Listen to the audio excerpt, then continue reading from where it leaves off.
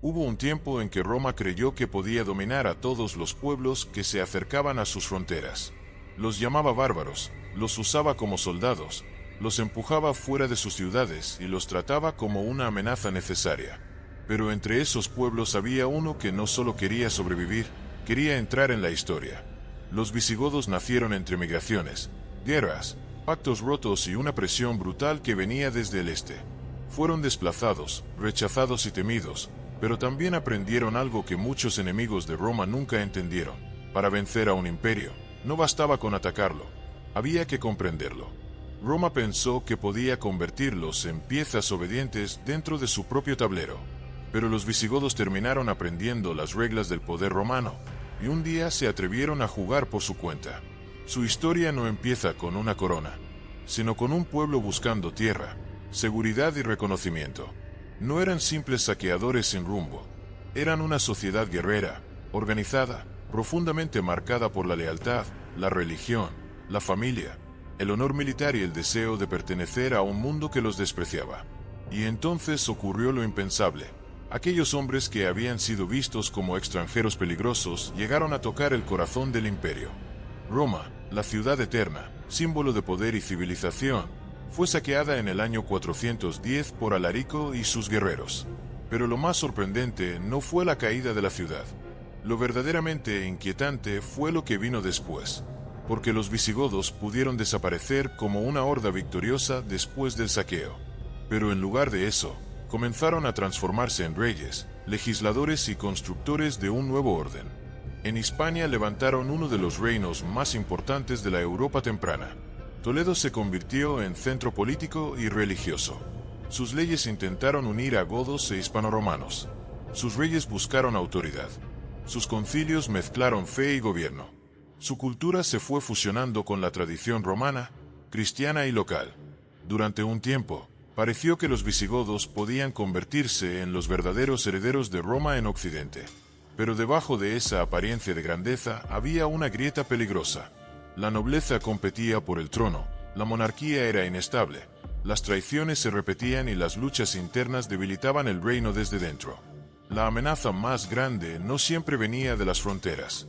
A veces, el enemigo estaba sentado en la misma mesa del poder. El reino visigodo parecía fuerte, cristiano y unido, pero cuando una nueva fuerza llegó desde el sur en el año 711, el mundo descubrió que aquella unidad era mucho más frágil de lo que parecía.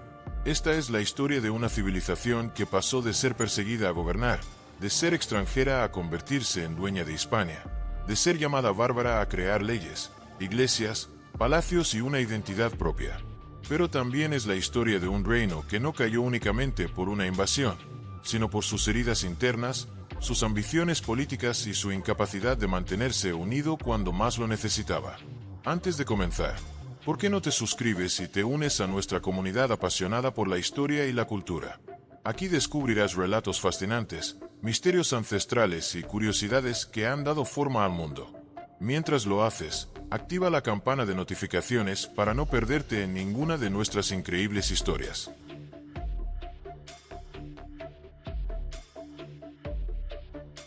Para entender el origen de los visigodos, primero hay que mirar más allá de Hispania, más allá de Toledo y más allá del año 711.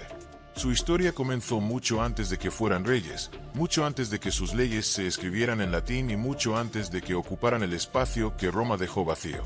Nacieron dentro de un mundo en movimiento, donde una guerra, una crisis de alimento o la llegada de un enemigo más fuerte podía empujar a comunidades enteras hacia nuevas tierras. Formaban parte del gran conjunto de pueblos godos, grupos germánicos que durante siglos vivieron, migraron, comerciaron y combatieron en las regiones del norte y del este de Europa. Su origen exacto fue discutido incluso por los autores antiguos, porque al principio no dejaron una historia escrita por ellos mismos. Mucho de lo que se sabe llega a través de cronistas romanos, arqueología y tradiciones posteriores. Pero algo sí queda claro.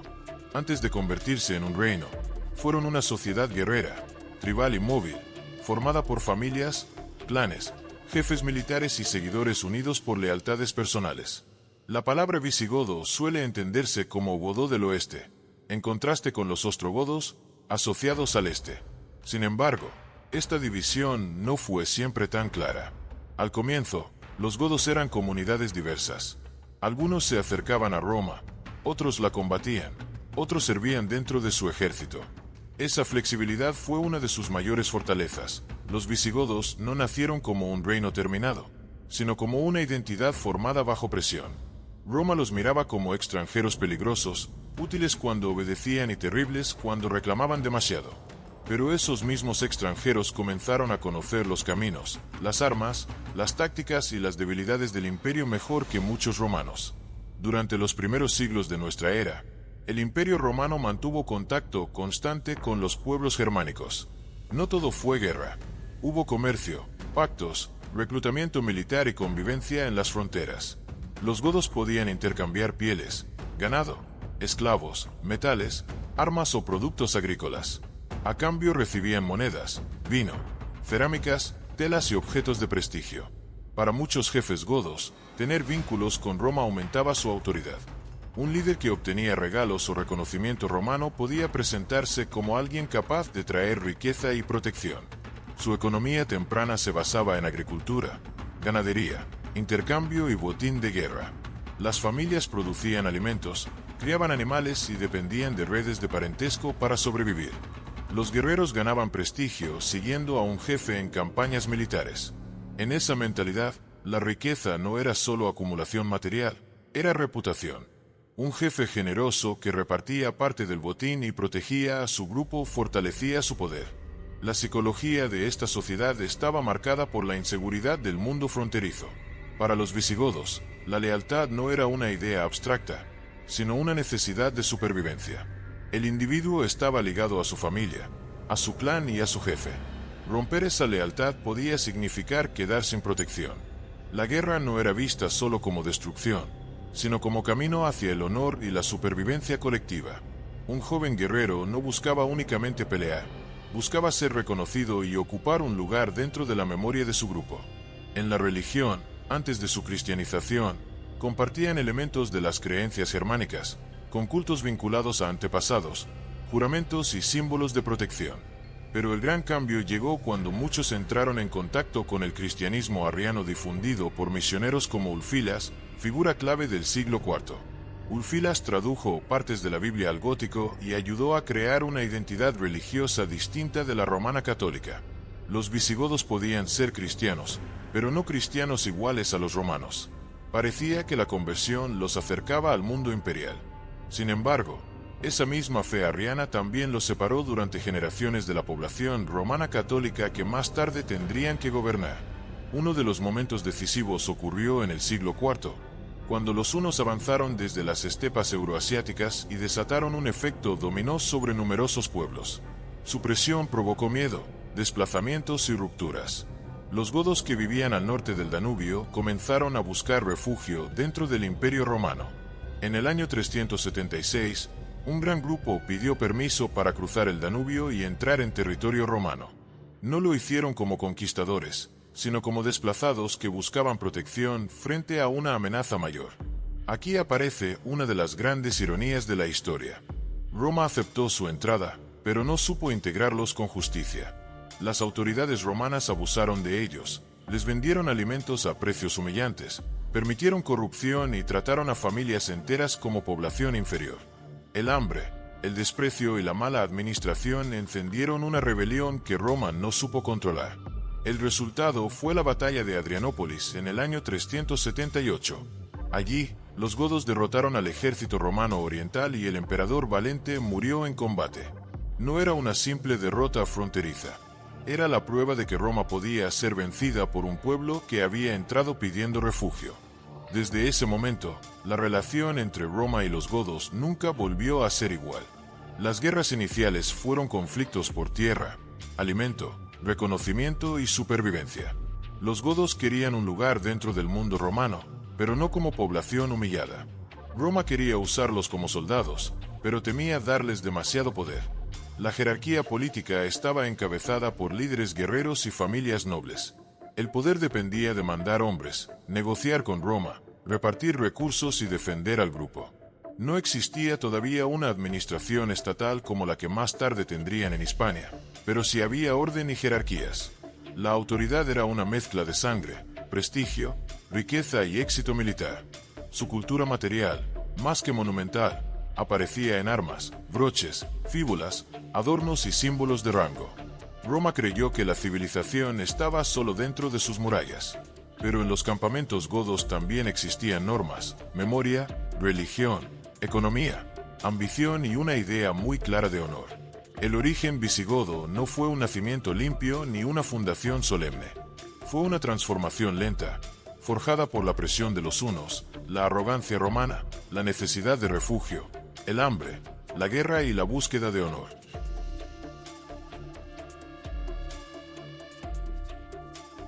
Después de la batalla de Adrianópolis, en el año 378, los visigodos dejaron de ser un problema lejano en las fronteras.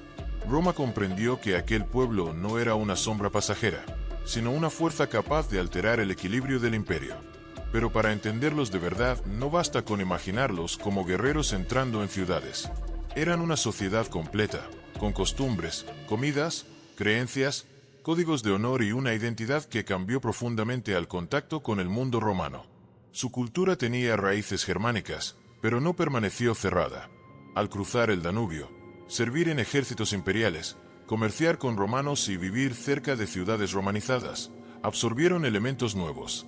En ellos convivían la tradición oral de sus ancestros y la influencia de una civilización escrita, urbana y legalista. Sus jefes valoraban la valentía, la lealtad y el prestigio militar, pero también aprendieron la importancia de los títulos, los pactos, la diplomacia y la administración.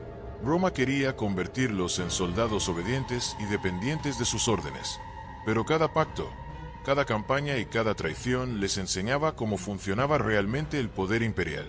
La familia era el centro de su mundo. No era solo un espacio doméstico, era protección, memoria y posición social.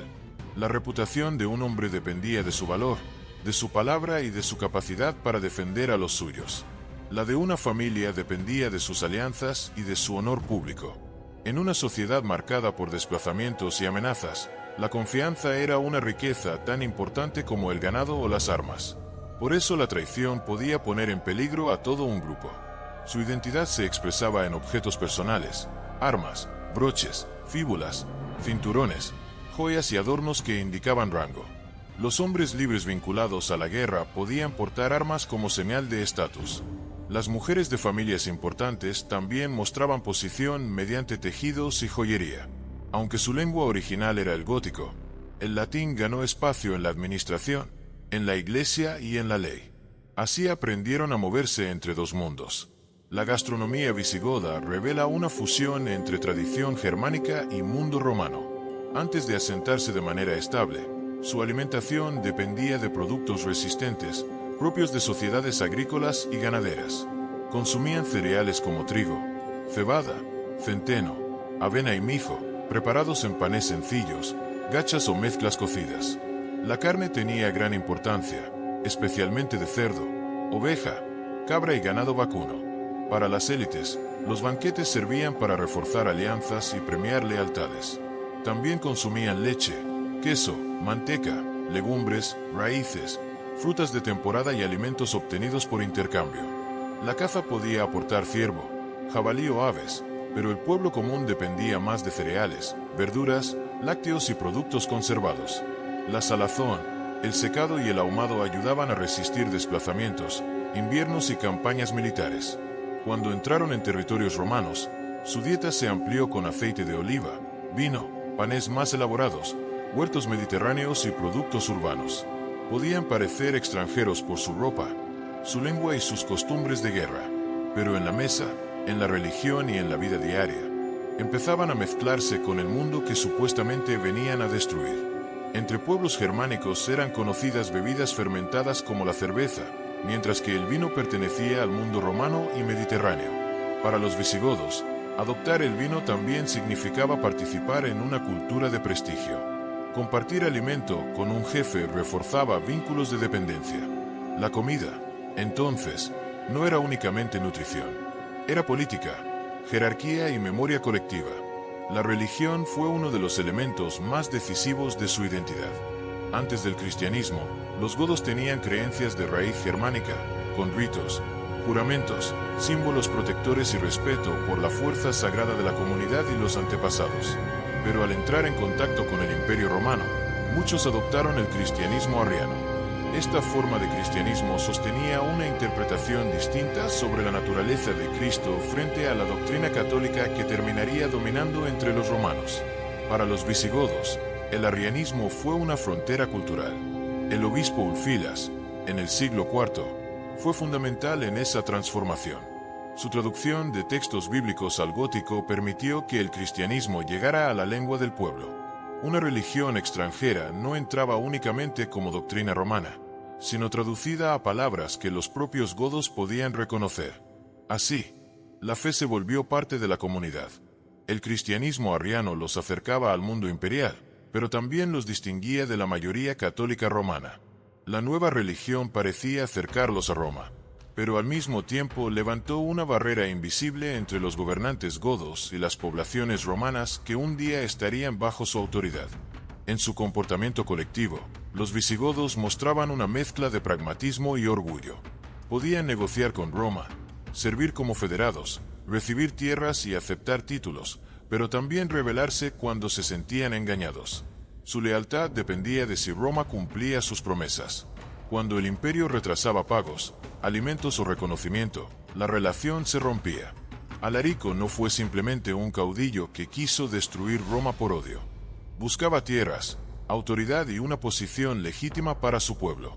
En varias ocasiones negoció con las autoridades imperiales, pero la corte occidental, debilitada y dividida, no le ofreció una salida estable.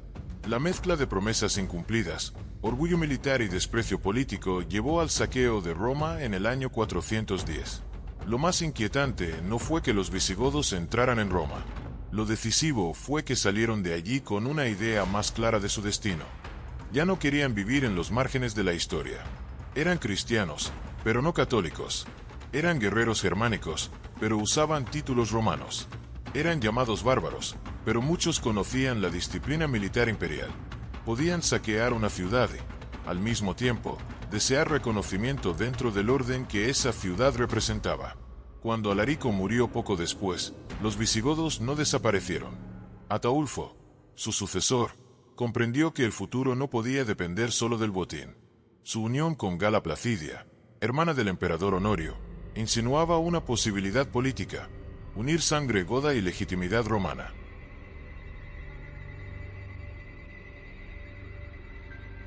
Cuando los visigodos dejaron de ser un pueblo en movimiento y comenzaron a construir un reino, su mayor desafío ya no fue solamente vencer batallas.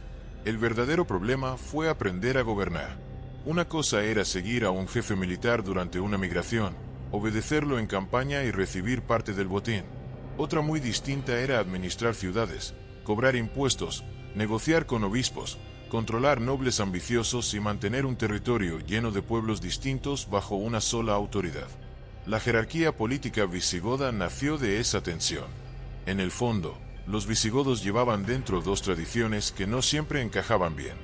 Por un lado, la tradición germánica, donde el poder dependía del prestigio militar, la sangre noble, la fidelidad personal y la capacidad de un líder para proteger y recompensar a sus seguidores. Por otro lado, la tradición romana, basada en leyes escritas, cargos administrativos, ciudades, impuestos, documentos y una idea más institucional del gobierno. El rey visigodo quería presentarse como señor de un reino ordenado y cristiano, pero debajo de su corona seguía existiendo una nobleza guerrera que no olvidaba que el poder también podía ganarse con una espada. Al principio, la autoridad del rey estaba muy ligada al mando militar. El rey era el jefe supremo de la guerra, el protector del pueblo y el encargado de repartir tierras, honores y recompensas. Pero su posición no siempre era hereditaria de forma estable. Uno de los grandes problemas del reino visigodo fue que la monarquía tuvo un carácter electivo entre las principales familias nobles. Esto significaba que, cuando moría un rey, los grandes del reino podían escoger al sucesor. En teoría, eso evitaba que un linaje débil gobernara solo por nacimiento. En la práctica, abría la puerta a conspiraciones, traiciones, asesinatos y guerras internas. La figura del rey estaba rodeada de símbolos de autoridad. Gobernaba desde una corte, convocaba asambleas, dirigía campañas militares, confirmaba leyes y buscaba el apoyo de la Iglesia. En el reino visigodo de Toledo, sobre todo desde el siglo VI, el rey no era solo un caudillo de guerra, era también una figura política y religiosa, obligado a presentarse como defensor de la fe y garante del orden. Esta idea se fortaleció después de la conversión de Recaredo al catolicismo en el año 589, durante el Tercer Concilio de Toledo. Antes de ese cambio, los reyes visigodos eran arrianos, mientras una gran parte de la población hispanorromana era católica. Esa división religiosa afectaba directamente la política, porque el rey gobernaba sobre una sociedad que no compartía completamente su fe. La conversión al catolicismo fue una decisión estratégica y espiritual al mismo tiempo. Permitió acercar a la élite visigoda con la población hispanorromana, especialmente con los obispos, que tenían enorme influencia en las ciudades. Parecía que al unirse religiosamente, el reino por fin encontraría estabilidad. Pero al darle tanto peso político a la Iglesia, los conflictos por el trono también empezaron a vestirse con lenguaje sagrado. Debajo del rey estaba la nobleza, formada por familias poderosas que controlaban tierras, hombres armados y redes de influencia. Estos nobles podían ser aliados indispensables o enemigos mortales. Algunos servían en la corte, otros gobernaban provincias, otros mandaban tropas y otros esperaban el momento adecuado para apoyar a un pretendiente al trono. La lealtad nobiliaria era fundamental, pero también frágil. Un rey fuerte debía premiar a sus nobles sin permitir que se volvieran demasiado independientes. Entre los cargos importantes estaban los duques y los condes. Los duques podían tener autoridad militar y territorial sobre regiones amplias, especialmente en zonas fronterizas o estratégicas. Los condes administraban ciudades o distritos, representaban el poder real y podían intervenir en justicia, impuestos y defensa local. Esta estructura reflejaba la influencia romana, pero adaptada al mundo visigodo. No era una burocracia moderna, sino una red de cargos personales, militares y aristocráticos. En la corte existía también el aula regia, una especie de consejo compuesto por altos nobles, funcionarios palatinos y hombres cercanos al rey. Allí se discutían asuntos de gobierno, decisiones políticas, leyes y problemas del reino. También estaba el Officium Palatinum, integrado por oficiales de palacio que ayudaban en la administración real. Estos cargos mostraban que el reino visigodo no era una simple agrupación tribal. Había una estructura de gobierno, una corte organizada y una administración que intentaba continuar parte de la herencia romana. Sin embargo, esa organización tenía una debilidad profunda. Dependía mucho de la personalidad del rey. Cuando el monarca era fuerte, como Leovigildo, que gobernó entre 568 y 586, el reino podía expandirse, imponer autoridad y reducir rebeliones. Leovigildo fortaleció el poder real, combatió a suevos, bizantinos y rebeldes internos, y buscó una imagen de realeza más solemne. Incluso adoptó símbolos imperiales, como el uso del trono, la vestimenta real y una mayor distancia ceremonial entre el rey y sus súbditos. Pero cuando el rey era débil, joven, impopular o discutido por la nobleza, la estructura entera temblaba. El problema no era solo quién mandaba, sino quién aceptaba obedecer. En una sociedad donde muchos nobles se consideraban capaces de gobernar, la corona podía convertirse en una presa. Algunos reyes fueron depuestos, otros asesinados y otros obligados a enfrentar conspiraciones desde dentro de su propia élite. La Iglesia ocupaba un lugar cada vez más alto dentro de la jerarquía política. Los obispos no solo dirigían asuntos religiosos, participaban en concilios, aconsejaban al rey, influían en leyes y ayudaban a legitimar el poder. Los concilios de Toledo se convirtieron en espacios donde se mezclaban religión y gobierno. Allí se trataban temas de fe, disciplina eclesiástica, sucesión real, castigos contra conspiradores y normas para la vida del reino. En la mentalidad visigoda tardía, gobernar bien era también gobernar cristianamente. El pueblo común estaba mucho más abajo en la jerarquía. Había hombres libres, campesinos dependientes, colonos, siervos y esclavos. La mayoría vivía de la agricultura, la ganadería y el trabajo local. No participaba directamente en las grandes decisiones políticas, pero sostenía el reino con impuestos, producción y servicio. Las ciudades seguían siendo importantes, aunque muchas habían perdido parte del esplendor romano.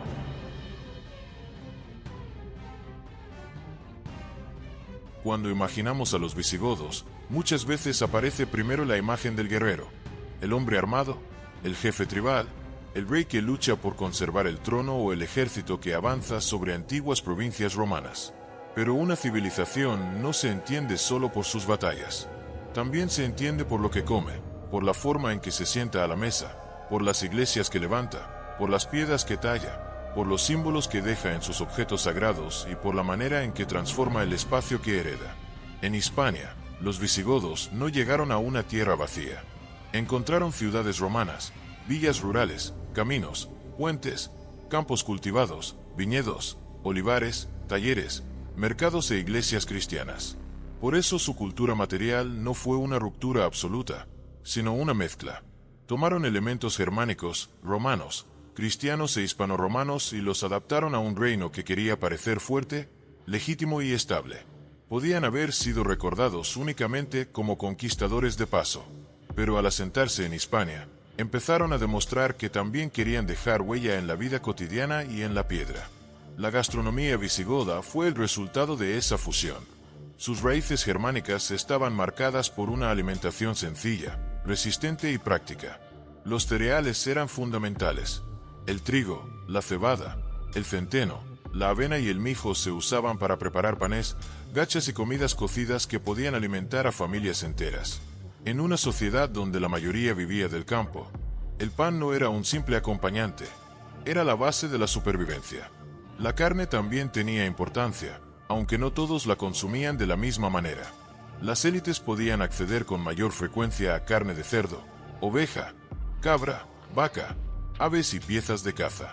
El cerdo era especialmente valioso porque se podía aprovechar casi por completo y conservar mediante salazón, secado o ahumado.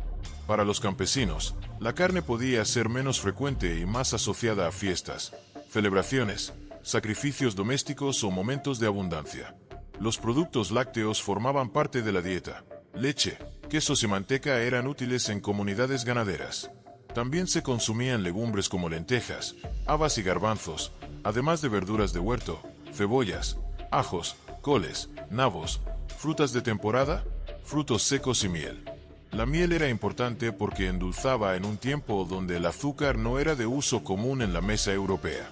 También se empleaban hierbas para dar sabor y conservar alimentos. Al asentarse en Hispania, los visigodos heredaron una tradición mediterránea donde el aceite de oliva, el vino y el cultivo de la vid tenían enorme peso.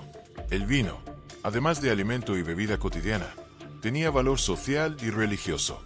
En el cristianismo, el vino estaba unido a la liturgia. En la política, compartirlo durante un banquete podía sellar alianzas. En la vida diaria, mostraba la continuidad de una cultura romana que los visigodos no destruyeron, sino que absorbieron poco a poco. La mesa visigoda parecía humilde cuando se miraba desde el lujo perdido de Roma, pero en realidad mostraba algo más profundo: el nacimiento de una sociedad nueva, mitad guerrera, mitad campesina, mitad romana en sus costumbres y cristiana en su espíritu. Los banquetes de la aristocracia tenían una función política. Comer junto al rey o junto a un noble no era solo alimentarse, era pertenecer a una red de fidelidades. El jefe que ofrecía comida, vino y regalos demostraba poder. El invitado que aceptaba compartía honor y dependencia. En ese ambiente, una mesa podía ser tan política como una asamblea. Se hablaba, se negociaba, se prometía y también se conspiraba. La gastronomía popular, en cambio, estaba determinada por la estación del año, la cosecha, los animales disponibles y las obligaciones fiscales. Un mal año agrícola podía provocar hambre, tensiones y migraciones locales. Por eso el control de la tierra era esencial para la nobleza. Quien controlaba campos, molinos, ganado y almacenes controlaba también la vida de muchas familias.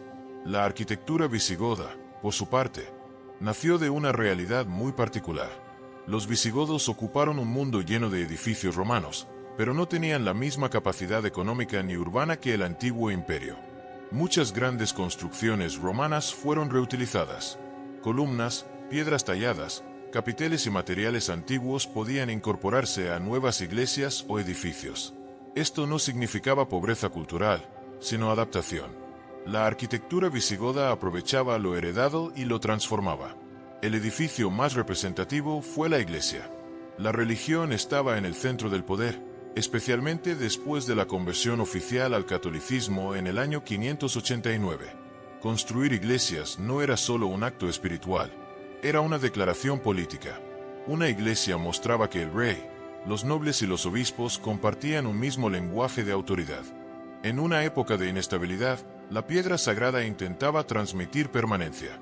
Entre los rasgos asociados a la arquitectura visigoda se encuentran los muros sólidos, el uso de sillares de piedra, plantas basilicales o cruciformes, espacios interiores relativamente pequeños, decoración tallada con motivos vegetales, geométricos o simbólicos, y el uso del arco de herradura, aunque este elemento también tiene antecedentes y desarrollos más amplios en la península. Las iglesias visigodas no buscaban el espectáculo monumental de Roma, sino una solemnidad más concentrada, casi cerrada, pensada para la liturgia y el misterio. San Juan de Baños, en Palencia, es uno de los ejemplos más famosos. Fue mandada construir por el rey Recesvinto en el año 661, según la inscripción conservada. Su valor no está solo en su antigüedad, sino en lo que representa.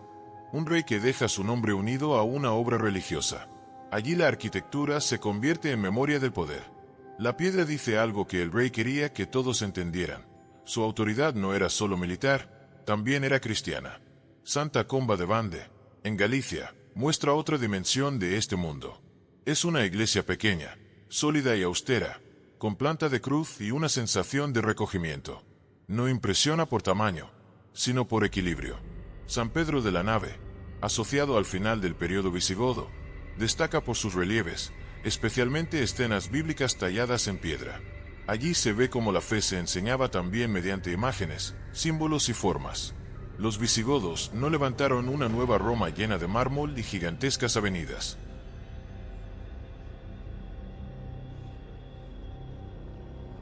El declive de la civilización visigoda no comenzó el día en que un ejército cruzó el estrecho desde el norte de África. Esa fue la escena visible, el golpe final, el momento que la memoria convirtió en símbolo. Pero la caída venía preparándose desde mucho antes, en los salones del poder, en las rivalidades de la nobleza, en los cambios forzados de reyes, en los juramentos rotos y en una monarquía que nunca logró resolver su mayor debilidad, la sucesión. El reino visigodo había alcanzado momentos de grandeza. Había dominado casi toda Hispania. Había expulsado a los bizantinos en el siglo VII. Había vencido a los suevos. Había convertido Toledo en centro político y religioso.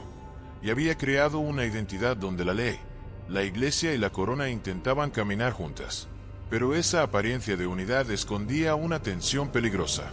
El rey podía gobernar, pero dependía demasiado de la obediencia de una nobleza que muchas veces se sentía con derecho a decidir quién debía ocupar el trono. El reino parecía fuerte cuando se miraba desde sus leyes, sus concilios y sus iglesias. Pero cuando se miraba desde dentro, se veía un poder lleno de grietas, ambiciones y miedo a la traición.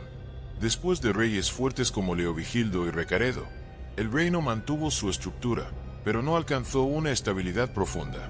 Cada cambio de rey podía convertirse en una crisis. El caso de Wamba, que gobernó desde el año 672 hasta el año 680, muestra esa fragilidad. Fue un monarca capaz, enfrentó rebeliones y defendió la autoridad real, pero terminó apartado del trono en circunstancias llenas de intriga. Tras ser tonsurado, perdió la posibilidad de seguir reinando, porque un hombre marcado para la vida religiosa no podía continuar como rey. Hervigio ocupó el poder y el episodio dejó una lección inquietante. En el reino visigodo, la política podía usar la religión como herramienta para desplazar a un monarca. Luego vinieron nuevas tensiones bajo reyes como Égica y Witiza. El reino seguía existiendo, pero la confianza entre facciones estaba rota. Las familias nobles acumulaban resentimientos. Los castigos, confiscaciones y venganzas políticas alimentaban enemigos internos. Cuando Witiza murió alrededor del año 710, se abrió una disputa sucesoria. Rodrigo fue proclamado rey por una parte de la nobleza, pero no todos lo aceptaron. Otros sectores pudieron apoyar a los hijos o familiares de Witiza. Hispania no estaba unida frente al peligro. Estaba dividida justo cuando más necesitaba cohesión. La tragedia visigoda no fue que apareciera un enemigo poderoso. La tragedia fue que ese enemigo encontró un reino incapaz de hablar con una sola voz. En el año 711, las fuerzas musulmanas y bereberes dirigidas por Terik ibn Ziyad cruzaron hacia la península. La tradición posterior habló de traiciones, de pactos secretos y de la figura del conde Julián, supuestamente resentido contra Rodrigo. También surgió la leyenda de Florinda, conocida en relatos medievales como la Cava, vinculada a una ofensa que habría provocado venganza. Estas historias forman parte del imaginario de la caída, aunque no pueden tomarse todas como hechos seguros. Lo que sí es histórico es que el reino visigodo estaba dividido y que esa división facilitó el avance enemigo. La batalla de Guadalete, en el año 711, marcó el punto de ruptura. Rodrigo desapareció o murió en combate, y con él se derrumbó el centro de autoridad.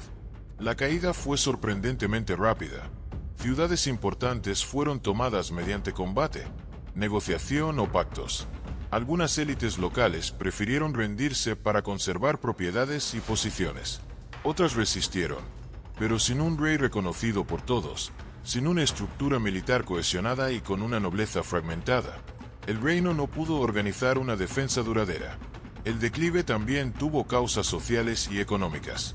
La base campesina sostenía el reino, pero las cargas fiscales, la concentración de tierras y la dependencia de grandes propietarios debilitaban la vida común. Las ciudades ya no tenían el dinamismo del mundo romano clásico. La economía era principalmente agraria, con comercio más limitado que en siglos anteriores. La riqueza se concentraba en aristócratas, obispados y grandes dominios. Cuando una sociedad depende demasiado de élites rivales y de campesinos obligados a sostenerlas, su resistencia ante una crisis externa disminuye. También pesaron las tensiones religiosas. La conversión al catolicismo había unido oficialmente al reino, pero la unidad no siempre significó armonía. Las decisiones contra comunidades judías, especialmente en ciertos concilios y reinados, muestran un clima de presión religiosa y control social. Esas políticas no fortalecieron necesariamente al reino, pudieron aumentar fracturas internas y resentimientos. La Iglesia fue un pilar de la civilización visigoda, pero también participó en un sistema donde la fe, la ley y el poder podían volverse instrumentos de exclusión. Toledo había querido presentarse como el corazón de una Hispania cristiana y ordenada. Pero ningún corazón puede sostener un cuerpo entero cuando sus miembros ya no responden juntos. Aún así, reducir a los visigodos a su caída sería injusto. Como civilización, dejaron una herencia profunda. Dejaron la idea de una Hispania políticamente unificada, algo que los romanos habían administrado como provincia y que los visigodos intentaron convertir en reino. Dejaron una monarquía que, aunque inestable, buscó gobernar mediante leyes, concilios y símbolos de legitimidad. Dejaron el recuerdo de Toledo como centro espiritual y político, una ciudad que durante siglos seguiría cargada de significado. Su legado jurídico fue enorme. El Liber Judiciorum, asociado a la unificación legal del reino, buscó aplicar una misma ley a godos e hispanoromanos. Esa intención de superar la división entre conquistadores y población romana fue uno de sus aportes más importantes. La ley visigoda influyó posteriormente en tradiciones jurídicas de los reinos cristianos peninsulares. No fue solo un texto antiguo, fue una memoria de orden, autoridad y continuidad. También dejaron una herencia religiosa e intelectual. Los concilios de Toledo fueron espacios donde se definieron asuntos de fe, disciplina y gobierno. Figuras como Isidoro de Sevilla, aunque perteneciente al mundo hispanorromano, brillaron dentro del contexto visigodo. Su obra ayudó a conservar conocimiento antiguo y transmitirlo a la Edad Media.